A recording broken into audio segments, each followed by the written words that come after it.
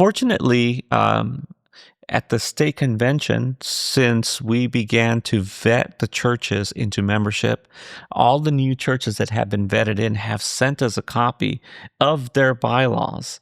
So we have we have at least, I think, like 7 years, maybe 8 years of records of the churches that have come in to the convention. Some of our associations also require the bylaws from their churches, but not all. I think it's actually not a bad thing that some of our agencies might hold records like that for us. But I really wish that our churches would have them in hand and that they would make those available to their church members readily, and that their church members understood and would read the bylaws. Well, do you think that that's a good idea? It's not just a good idea, it's the law. In other words, the California Corporations Code requires the board and officers of the corporation to make sure there's copies of the articles and all amendments, the bylaws and all amendments, plus the corporate records, the minutes, the list of members, and the financial money matters. All those documents are supposed to be in the office so members can inspect them at any reasonable time upon reasonable notice. Right. I mean, it's the law. Right. Now, do you have to post them anywhere? No, you don't have to post them anywhere. Okay. So they don't need to be public knowledge for everybody to see. No, but the members are entitled to them. Yes. And I've had many cases where a member calls or a pastor calls and can't get the financial records from the treasurer, or they can't find the bylaws. So it's just something that many of our churches don't take the time to stay upon. Right. Yeah. That's good. And I'm a little I'm thinking, I've got so many thoughts. There's this separation of church and state, and I can see churches feeling like, we're not beholden to the rules of the state. We're a church. We're over here in some remote area. No one's going to notice.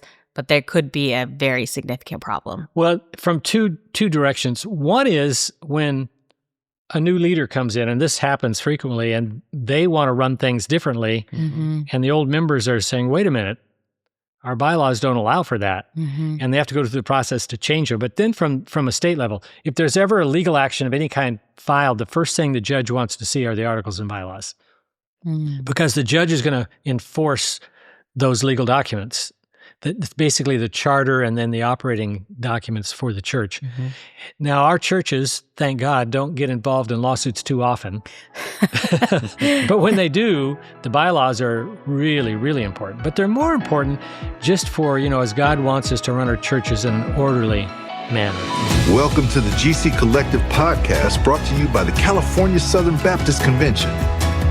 From local missions to global impact, we explore the vision, passion, and heart behind our collective movement in California and around the world. Where better together isn't just a motto, it's how we maximize our impact in fulfilling the Great Commission. Hello, California Southern Baptist family. Welcome back to the GC Collective podcast. Pete, we're recovered from convention and the convention recap. I think you are recovered. Me, maybe not so much. I've been doing a lot of traveling. Yeah. I've been in Virginia at the IMB. Yeah. And also been to the True North up in Shasta. Was there for their associational meeting. So I'm about you don't get to recover. No. And I'm about to jump on a plane and go on a 2-week mission trip to Japan. So yeah, I'll recover sometime at the end of the year. Yeah. Well, we're here with a special guest. Do you want to introduce? Yes, Brother Phil Cal. Many of you guys know him. He was the president of our Baptist Foundation of California. He's been on contract with us, helping us with different church matters and issues, and we always lean on him. He's a man of God, a man of integrity, and he knows the law, and so we lean on him a lot when it comes to the issues that have to do with the law.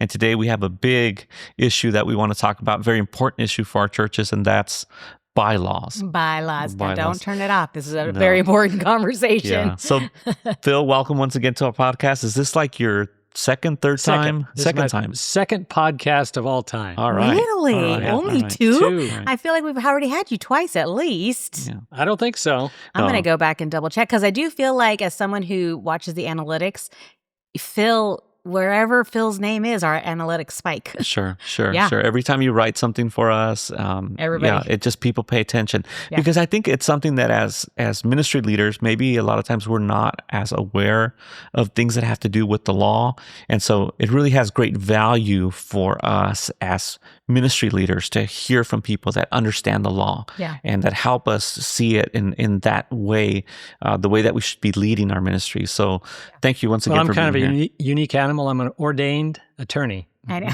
And a You are musician. unique. I really feel, right? And a musician, right? I am, but right. I feel a calling really to help our churches and our people with these things. So. Yeah. Right. Well, it sounds like we're winding up into our topic, but before we get to that, we want to celebrate something. Yes.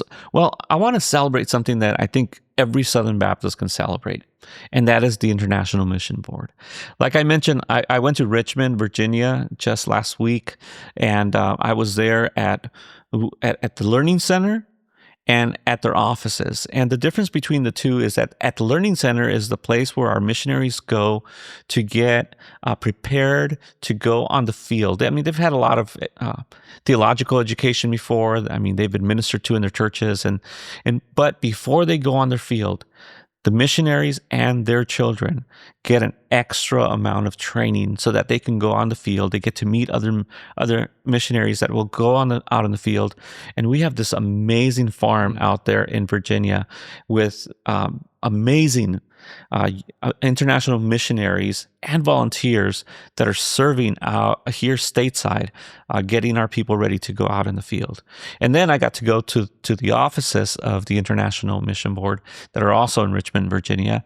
And there I got to meet all the different staff. They have people that all their job is to connect with churches. Another one is to prepare churches that are going out on mission trips. Another one that all they do is security to make sure that our missionaries are safe around the world. Another one that connects with state conventions. So there's just different types of people that are serving there at the building at the International Mission Board, really making sure that Southern Baptists are informed of what's happening in the world with our missionaries, what's happening in the world across the movements of the gospel, and making sure that the gospel is being taken to the outermost parts of the earth. And I'm just so blessed to be able to have seen it with my own eyes after being a Baptist all my life, you know, and so to be able to go finally and to see what God is doing, how He's using those people that are paid for by the cooperative program, that are paid for by the Lottie Moon Christmas offering, that are serving in such an amazing way. The kingdom impact that they're making won't be known on this side of heaven. But as Southern Baptists, I tell you, the International Mission Board is strong, it's healthy, it's doing really good work, and so I want to celebrate that. And they have a kugel in front of their building, do they not? They do. I mean, honestly, I thought CBU had the only floating globe. Well, you know, actually CBU has a couple of them on their campus, right? I know. Right. But I think the CBU ones are in a little bit nicer setting. But yes, the IMB does have one, and actually in their learning center, they have like a water pool with an amazing globe that's made out of metal. It's just different. It's a place where a lot of times the children of the missionaries that are getting to go out get baptized if they make professions of faith before they go on the field. They'll baptize them there. Amazing. So it's just a really neat, amazing thing that we have as Southern Baptists in a place with people that are trained, equipped specifically to do the work with children and with adults that are going to go out in the field and to connect with our churches. Yeah, it's great. I've been there once. And I think we're going to have a sending celebration ourselves in the future. Yes, we are. Yes. 2027 in Bakersfield at Valley Baptist on Tuesday night. Come out, bring your whole church. We'll figure out where to sit you. But we will be sending out, God knows, maybe 40, 50, 60 missionaries. But it's going to be pretty exciting. I know a couple of state conventions had sending celebrations in the last couple of weeks. And so it took us 5 years to be able to put this on our calendar. So it's coming in 2027. Yeah, we're looking forward to that. All right. So, Phil, we've had you here before, and you kind of gave us kind of a quick look at the ABCs, kind of the essentials for churches to consider as they think about, legal security, I think, right? You were talking about articles of incorporation, bylaws, and corporate records. Corporate records. That's what it is. And we will link that episode in the notes for this episode so people can go back and listen to that. But we really wanted to spend some time today talking about bylaws. And I've only been at the convention a couple of years, and it is remarkable how many stories I've heard just in this short amount of time of churches who got tangled up because their bylaws were not set. And being someone who's worked at church for decades, I can say we were not looking at our bylaws the way I wish we had been in several churches. So we really want to spend this episode talking specifically and really helpfully, if that's a word, to help our churches secure themselves with good bylaws. So before we get anywhere, what are bylaws? Are the bylaws the same as the Constitution, or is it different? So our California churches are incorporated here in California. So they're corporations. It's hard to think of churches that way. They're religious, nonprofit corporations. And to become corporations, you have to file paperwork with the state. Those are the articles of incorporation. That's not what we're talking about today. Those articles are your birth certificate. But then every corporation is supposed to have a set of operating procedures called bylaws. I happen to have the code in front of me. Oh, cool. Corporations Code Section 9150. Bylaws means the code or rules used and recognized to manage the affairs of the corporation. So no matter what you call them, in fact, in California, there really is no longer a constitution. It may say constitution and bylaws, but it's under our laws, it's bylaws. And it's the document that sets out who's the officers, who's the board, what committees do we have, and how do we have meetings and conduct our business. Well, and a lot of churches have what they call trustees, and they basically run by trustees. That's not only the only leaders of the church, right? I mean, and it changes church to church. Well, it changes from church to church, but the law doesn't change. Under California law, you have to have a board of directors. You have to have. Now, that board can be your deacons, it can be the elders, it can be the church council, but there has to be a group of people that are given the authority to oversee the business affairs of the church. And that has to be delineated in the bylaws? In the bylaws, yes. So it could be your deacon board, but then your bylaws has to say your deacons are serving as your board of trustees? That's it, board of directors. Oh, so it just can't be, say, like, our deacons do this. No, it needs to designate a committee or a group of people, church council, elders, deacons, as the board of directors of the church. Did that change from the sort of the golden era of... Yes, I would say it has. Now, it's been California law for a long time, but we haven't always been as compliant with California law as we probably should be. So your bylaws, first of all, need a board of directors, but next you need officers. And the officers have to be the CEO or president, the secretary, and then the treasurer, CFO. So the three officers you have to have. And those are the ones that are, you put their names on the SI 100 form that you need to send to the state every other year, and you file that every other year. Is that correct? That's correct. That's right. Every other year? Are our churches filling it out every other year? Well, some aren't, and they're getting in trouble with the Secretary of State and the Franchise Tax Board. So there's a statement of information that's supposed to be filed every 2 years. And you can do it online. That's with the Secretary of State. But we're talking about bylaws. Right. So your bylaws have the board. Who's the board? How many members? How are they elected? When do they meet? What's their authority? And you have your officers. Who's the president? Who's the secretary? Who's the treasurer? Correct. Oftentimes, those are called trustees. That's a whole nother topic. Or directors. Well, no, the directors are the board of directors. I see. But some of the directors could be. Right. But the definition of the president is the person who's responsible for the day-to-day operations. That's the definition in the code. So the president of your church ought to be the person that's responsible for the business operations of the church. Most often that's a pastor, but not always. So those positions also need to be clarified in the bylaws. That's right. So those two sort of bodies. How's the board chosen? What do they do? How are the officers chosen? What do they do? How about membership? Well, obviously, the bylaws need to define who members are and how how you elect members, how they join the church, what process they go through, and then what are their rights as members, voting rights, how meetings are called. So you've got the members, the board, the officers. Then you can add to that committees. What committees are you going to have? Sure. Some churches call them teams and other things now, but under the law, they're committees. And those should also be in the bylaws? Your major committees need to be in the bylaws. So you're talking about like finance, personnel, those kinds of things. Those kind of things. And many of our churches don't have as many committees as they used to. I was just thinking about the flower committee. There you go. That's exactly right. The benevolence committee. Yeah. So the nominating committee, on and on it goes. Most churches, though, have fewer committees today, but every church needs the board, the officers, members, and then committees if they have them, how it's organized. Now, from what I see, having talked to different churches, our churches sometimes don't do a really good job at keeping track of the minutes of who's who, even how membership is supposed to be followed according to the bylaws to bring in members into the church. Keeping that list of members is not as important as it used to be before.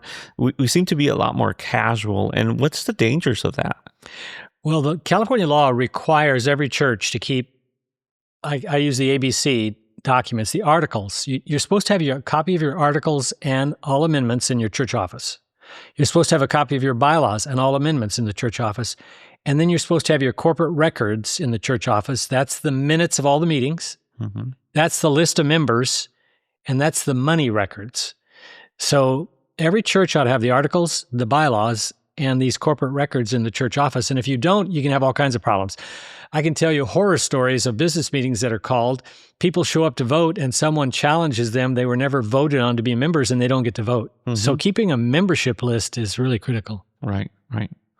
Yeah, I think that one of the hardest things is when you finally have a situation that comes up in a church and you've not followed your bylaws, and it's when you most need them, and then you find out the church is out of compliance. It's been functioning out of compliance because a lot of times we just trust in the senior pastor.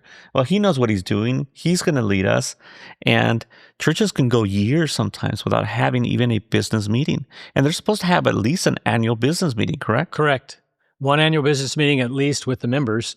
And if you have a board, they have to meet more often. Right. Is that a rule because we're Southern Baptist, or is that a rule because the state requires that? That's in the state. Now, in your bylaws, you can have more meetings or you could have less. But if you don't have any details in your bylaws, corporate code says you've got to have an annual meeting for the members. And then you ought to have in your bylaws, what do they vote on? They made... In most churches now, they don't vote on everything, but they vote on who's the pastor, who the elders, the annual budget. Right. And you can put a list of those things in the bylaws. Right. But you're right, Pete. I've had many churches call me. They can't even find the bylaws. They've got a problem in the church. They don't know where the articles and bylaws are. So if they can't find their articles, where do they go? Well, you got to go to the Secretary of State. So the Articles of Incorporation have to be filed with the state of California. Right. Some churches were incorporated in the 1950s, 60s, 70s. You can't get those online, but you can order them by mail, and they have a copy of them and all amendments. Right. So you get the articles from the Secretary of State, but the bylaws are not filed anywhere. No. Just in some drawer in the church office. Right. So if a church established itself in 1942 and they have never once looked at them again, those are standing. They're still standing if they can find them. And if they can't find them, they need to adopt new ones. Now, I know we have on the website here at the convention one set of bylaws. The problem today in our Baptist churches is we don't operate the same. In the old days, we had a pastor, deacons, maybe a church council, but today elders are very common. In larger churches, they have more authority. So having one set of bylaws that fits all our churches doesn't work too well. Seems to me like anytime a pastor comes in, that should be one of the first things they ask for, right? Is to look at those bylaws. A pastor shouldn't go to a church without looking at the articles and bylaws. And what you'll find is in the articles from 30, 40, 50 years ago, the name of the church was First Baptist Church of somewhere or First Southern Baptist Church of somewhere. Right. Now they're operating under a different name, maybe doing business as, but their legal name is still the name in those articles of incorporation. That's so interesting. I remember when you were on our podcast last time, I think you said something like your bylaws should be reviewed at least every 2 years. And I remember thinking, come on, that seems like a lot. But now suddenly I'm panicking. Well, maybe I'm not saying by an attorney, but the leaders of the church ought to be looking at those documents and say, are we operating the church this way, or do we need to amend them because we're not doing that anymore? I think it's great to have a more streamlined administrative processes in your church, not as many committees, more authority with the staff or with, others, but you got to set that out in the bylaws. So your bylaws need to keep up with what you're doing. Sure. Yeah. That's Now legally, we in California we have some very unique laws that are put out there that really impact the churches, the local church. Is because of that. Do we need to have a lawyer look at them every once in a while, or do we need to be more careful in California? What do you think? Well, I don't think the bylaws. Most of our churches can't afford to have private attorneys review their bylaws very frequently. I look at them from time to time for people. The more important thing is that they're complying, that they have a good set to start with, and they're adjusting them periodically so that they're keeping up with how they're operating their church. Sure. There are other things that are important that aren't in the bylaws. Like, what about the child protection laws we have now? AB 506 and and now there's new laws dealing with security teams and stuff. Right. Many of those things aren't in the bylaws; those are in policies, Right. which the church needs to keep as well. Because churches vote on things and they forget what they vote on. Right. Well, what they vote on needs to go somewhere in a policy book. Right. But these bylaws are the core operating rules for the church. And they can be as simple as you like, really. Yeah. But you have to have that board, you have to have the officers, and you got to define what the members, who they are and how they can vote. There's another thing that I think a lot of times are in the bylaws and people really tend to forget, and that's when there are deed restrictions or perhaps there's a dissolution clause. Will you speak to those? Well, the dissolution clause is supposed to be in your articles. In other words, in the articles of incorporation, it has to say we're a 501c3 organization. That's under the IRS code. Our assets are dedicated to charitable purposes, and upon dissolution, the assets will go to another 501c3. Now, in your articles, you can say they'll go to this specific 501c3, the convention or the association or another church. It can't go to the pastor, it can't go to the members of the church. No, that's private inurement. Isn't that a great word, inurement? Which means what? It means no private individual can benefit from those assets unless Right. they're an employee and they're being paid. I wonder how many times that happens. Oh, goodness gracious. Yeah, there's horror stories of properties that have been sold and the money's gone. So, when you get to the dissolution clause, there's one in the articles, and it should be the same in your bylaws. That clause should be in both of those documents. And I recommend that clauses like that have a supermajority requirement, a 2/3 vote or a 3/4 vote to change them rather than just a simple majority. But that dissolution clause is very important. Now, you mentioned deed restrictions. Those normally aren't in the bylaws. That's something else entirely.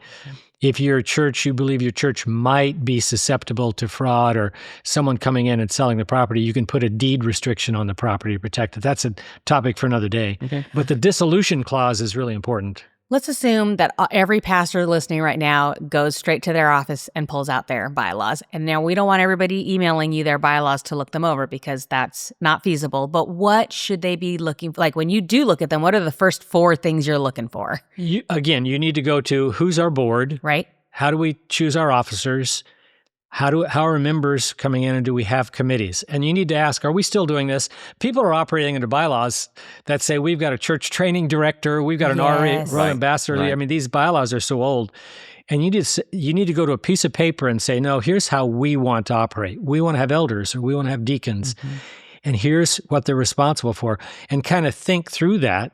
And then you can actually amend the entire set of bylaws by using an amended and restated set of bylaws. Instead of you can just throw the old one away and adopt a new one in its place called amended and restated. I see. And I've helped churches do that.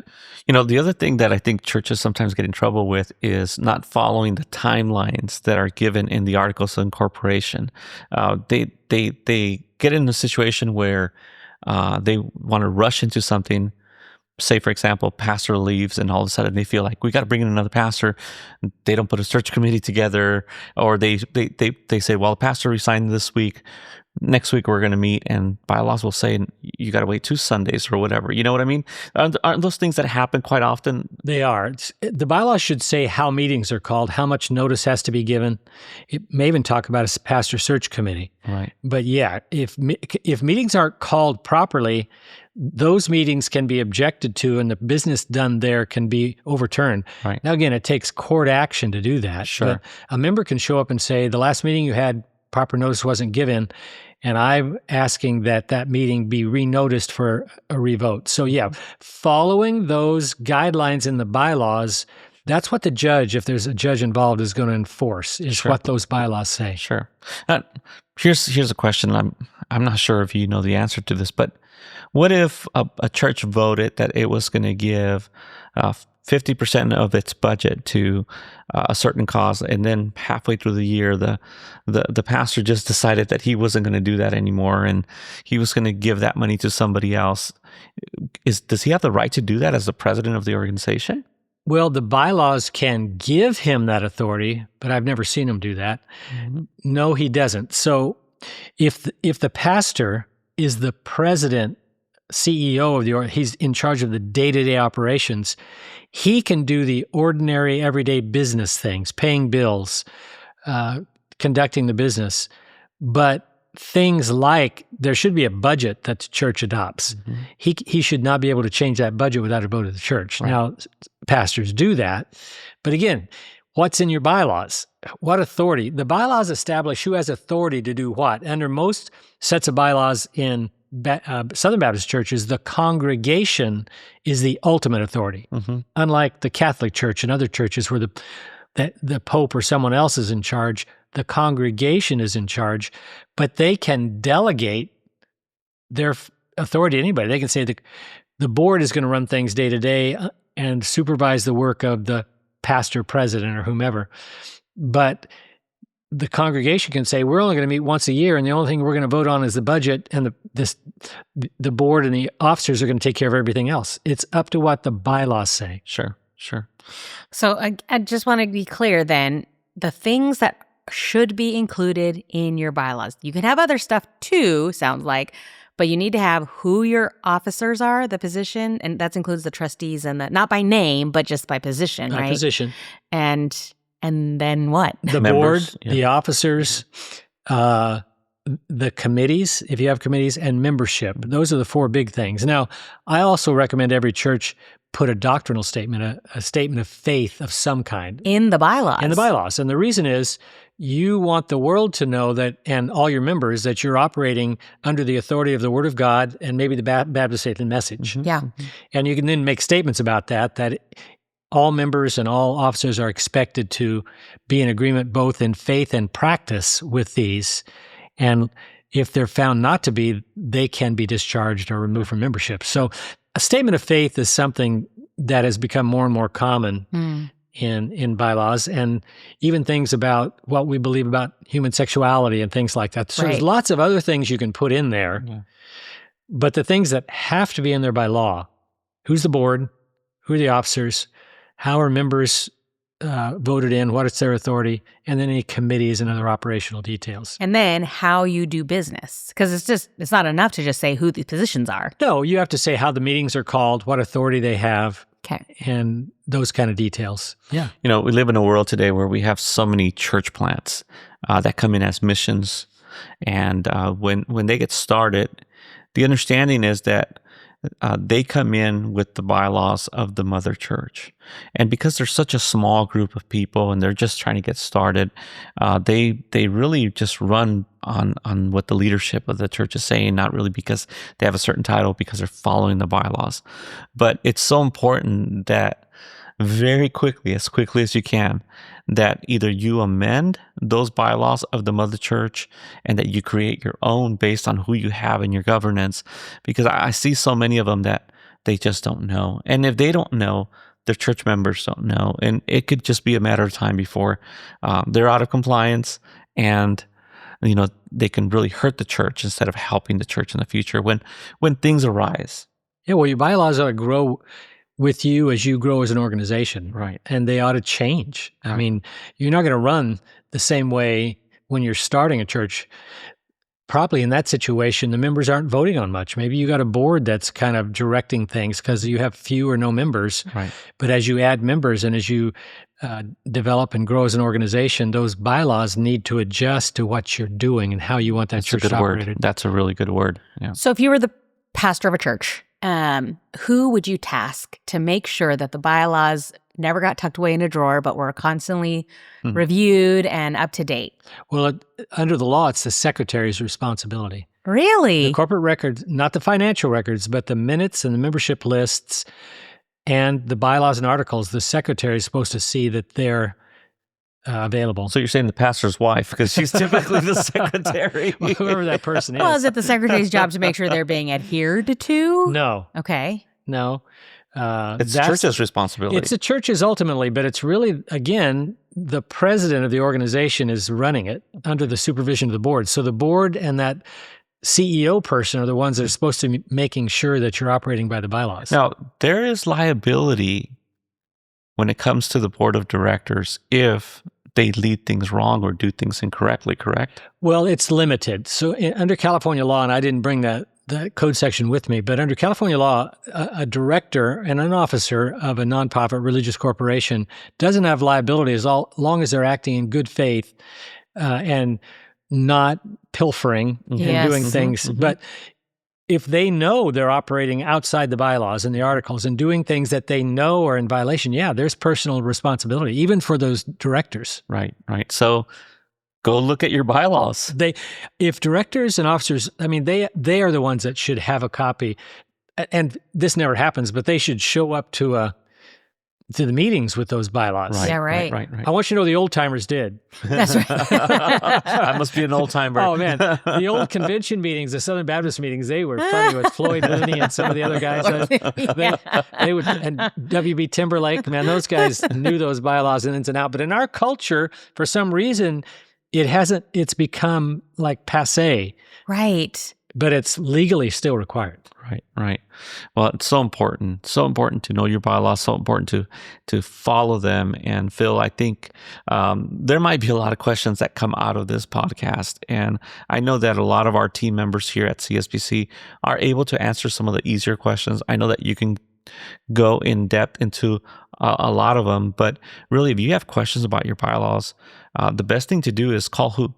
Well, they can call me. I'm here to answer questions. I just don't have the time to review everybody's bylaws because bylaws written by lay people and other folks, there's so many things to look at and think about. It's better to get a good set of bylaws that an attorney has helped done and maybe adjust those rather than trying to start from scratch to write them. Right. It's a daunting And task. it should be noted that on our website, on the Church Matters page, in the toolbox, there is a resource there that specifically says bylaws. It's crystal clear, and there are samples that you can follow, and you can have Church West look at them. There's a link for that as well. We don't want to bombard Phil with every church's bylaws. It might slow up the process of getting their bylaws up to date, right? Yeah, I'm not going to commit to review them. It just takes too many hours. I just don't have enough time. But I can give them samples or point out a few things maybe. But they're going to need to have someone who understands bylaws, whether that's someone in their church or an outside attorney or someone, look at the final product to ensure that they're in legal compliance. And then doctrinal compliance with the Baptist faith and message is another issue for another day. Yeah. That's right. Yeah. That's right. So really, the thing that's kind of hunkering around in my brain is minutes. Because in all the business meetings that I have been to as a church member, I cannot recall a time when minutes were taken, honestly. And so I have a feeling that's not unique to me. No, and they're required by law. So that's a topic for another day probably. But minutes, and it's just the minutes of the members' meetings, the board, and committees of the board. So if you have other committees, they're not required, all the various committees, but the members' meetings, the board, and committees of the board, those minutes, we think it's everything that happened, and it's not. It's not everything that happened or said. Minutes turn into journals rather than, no, here's a motion that was made, here's a second, here's action that was taken, here's a subject that was discussed. Right. But all the details of the discussion are not to be included. Yeah, all the gossip does not need to go in it, right? I like to say discussion followed. Right. It's the motion, it's the second, discussion followed, and then the vote. And but those records are required by law because those minutes represent the actions of the corporation. That's decisions made by the members and the board are actions of the corporation, and those are supposed to be kept and be available. We talked about dissolution before, but when a church decides to dissolve, it doesn't just vote, close the doors, and go home. There's work you have to do still. Yes. So under California law, there's two things. First, if you're going to dispose of all or substantially all of your property, and they've defined that as 75% or more. So if you have a building worth $1 million and you got a few thousand in the bank, if you're going to transfer that property, you're supposed to notify the Attorney General's office. Oh. There's a letter supposed to go with some information. Then if you decide to dissolve, we're going to shut the corporation down, there's more paperwork that has to go to the Attorney General to notify him we're dissolving and here's where our property is going. And then once the Attorney General's office says, okay, you then file the paperwork with the Secretary of State to close the corporation down. Because if you don't, then that organization is going to continue to be charged certain fees. Yeah. And they'll add up. And the next thing you know is you got no money to pay for it.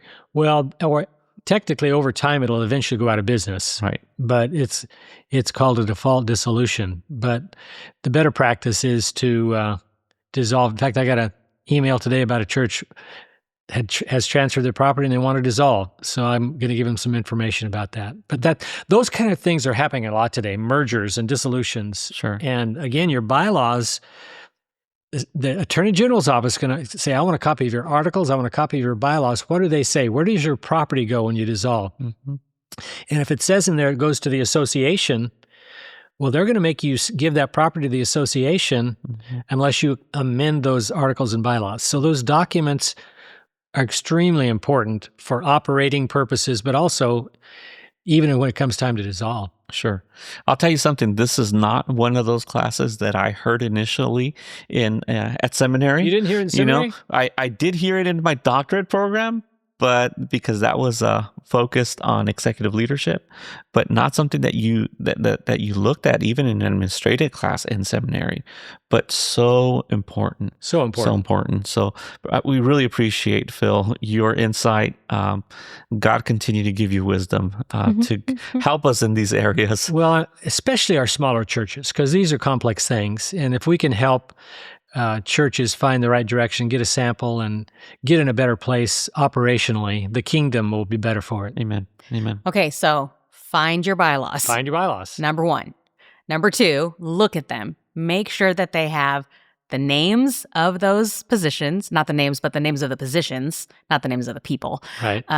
How you do business needs to be in there, in all the way to what happens at the end of this organization. Yeah.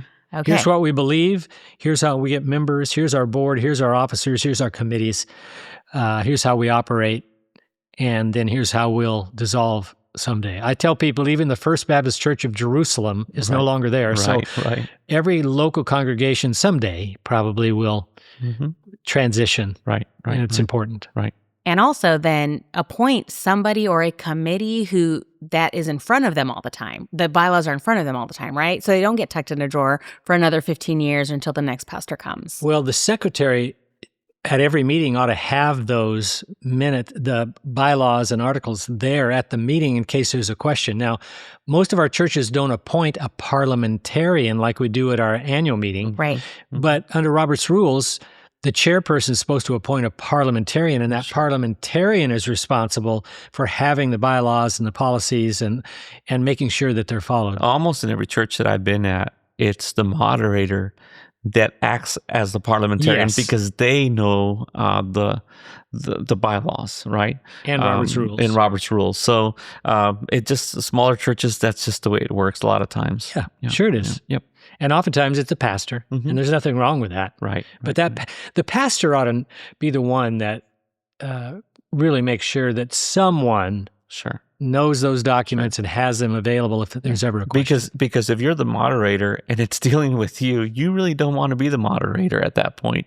You want to step out, let somebody else moderate that part of the meeting. So important to have somebody else trained. Well, most of our listeners are pastors, so I'm wanting to encourage them, find that other person or those other 2 people, so it's not just on you to manage all of that.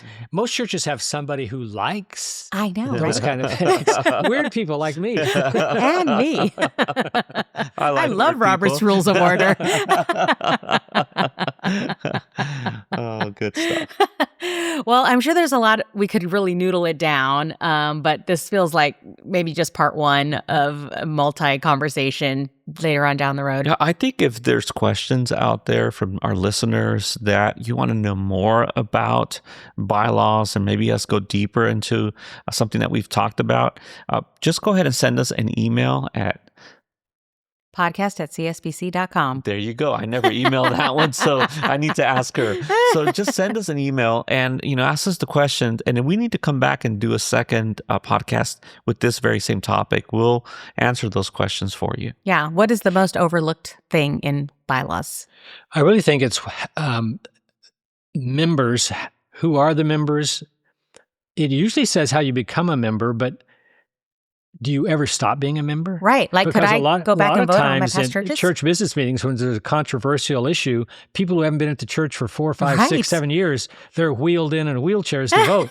So I think one of the big things is who are the members and what do they vote on? Sure. And how are they, who can vote and who can't? To me, that's one of the huge things. Yeah. And sometimes in our new churches, they baptize people, but never vote them into membership. They're not members yet.